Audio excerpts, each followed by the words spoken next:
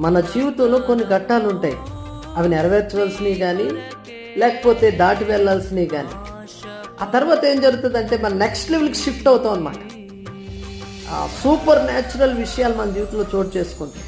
యేసుప్రభు వారు మరణాన్ని జయించి తిరిగి లేవాలి. ఆయన భూస్థాపనకు ముందుగా మగ్దలేని మరియా అతన్ని అభిషేకించినట్లుగా మార్కు సువార్త 14వ అధ్యాయం 8-9 వచనాలు రాయబడింది.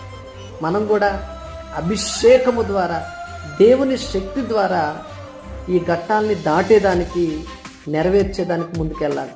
మన పితరులైనటువంటి ఇశ్రాయేలీలు కూడా అరణ్య మార్గంలో అనేకమైన ఘట్టాలు వారి జీవితంలోకి వచ్చాయి. అనేకమైన సమస్యలను వారు ఎదుర్కొన్నారు. అనేక పరిస్థితులు వరకు వచ్చాయి. అయినప్పటికీ ప్రతి పరిస్థితిని దేవుని శక్తి చేత వారు జయించినట్లుగా మనం చూస్తున్నాం. మధురంగా మారింది. ఆకాశంలోంచి మన్నా కురిసింది. అదే రీతిగా మరి